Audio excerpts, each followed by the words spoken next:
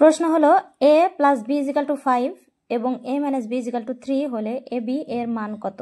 অর্থাৎ আমরা a b এর মান নির্ণয় করব।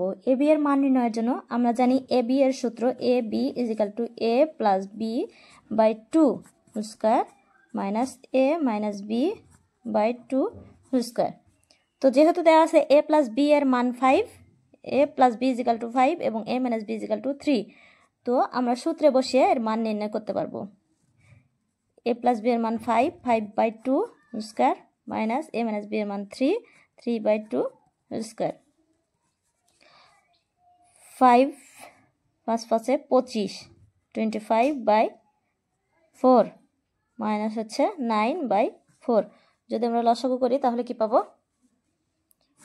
4 1 25 মাইনাস 9, 9 আছে কত হলে 25, 16 বাই 4, 4 4 16 ইকুয়াল টু 4। অতএব এ বি সমান 4, এটাই আমাদের অ্যান্সার।